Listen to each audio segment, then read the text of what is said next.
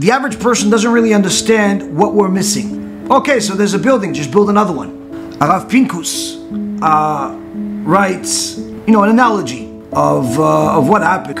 And he says, imagine there was a people, and one day everybody woke up, and to their surprise, the sun didn't rise. Everyone checked their clocks, their watches. They said, "Yo, sun's supposed to be up," but the sun didn't go up. They waited.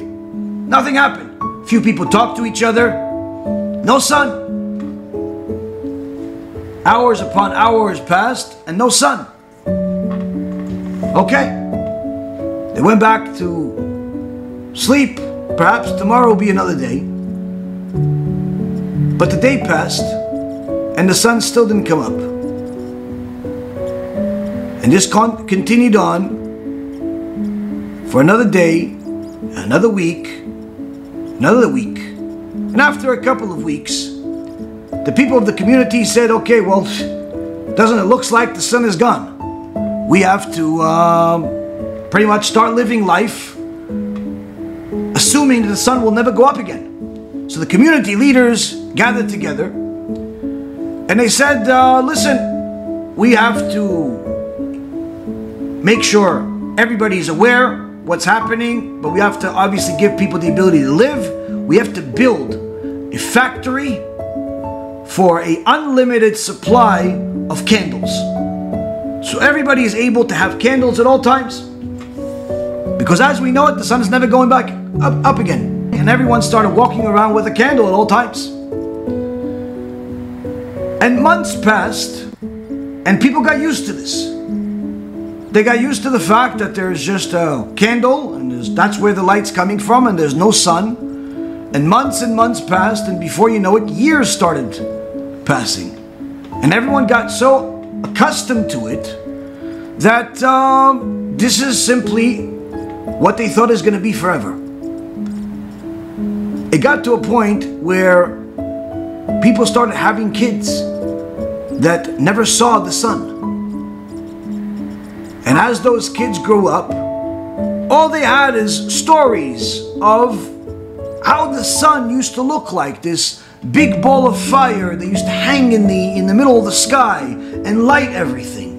And the kids loved the stories and everyone connected to it. But they truly couldn't comprehend what's there, but sure, seems wonderful. And more time passed, and more kids were born, and those kids grew up, and they had kids. And the next generation of kids also didn't know what the sun looked like. And the stories had a little bit less effect on them. Until one day, someone invented the electric bulb. And they brought this electric bulb to all of the different houses, and everyone was so excited about it.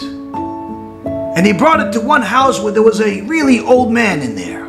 One of the few remaining people that actually saw the sun. And they wanted to see what the old man thinks of this. Look at this amazing invention. This must be what the sun looked like. And the old man nodded his head and started crying. I said, "Why are you crying, Grandpa?" He says, "No, it's not the sun." "What do you mean? But look how much light. The candle was only able to give us light just for us to see right in front of us, a couple of feet in front of us, where the light bulb lights up the whole room. Is it not even as good as the sun?" And the old man says, "No, it's nothing in comparison to the sun. The sun used to bring light, not just to the entire room, not just to the entire street, and not even to the entire town, but the entire world would have a light that's unmatched. Even if you took all of the light bulbs in the world and combined them, it still would be unmatched to one ray from the real sun." And of course, this new generation had no idea what this old man is talking about. "What do you mean? How can it have so much?" Says Rav Pינקוס, this is where we are, this is where we are. In the beginning, the sages that saw the destruction cried so much that Rabban Gamliel cried so much that the eyelashes fell out. He cried so much that he had no eyelashes anymore. The sages literally would cry to the point where people would pass out from how much mourning. But as the generations continued, only hearing stories of the Bet HaMikdash and becoming more and more removed from the Bet HaMikdash, people started thinking, why are we mourning? What is it?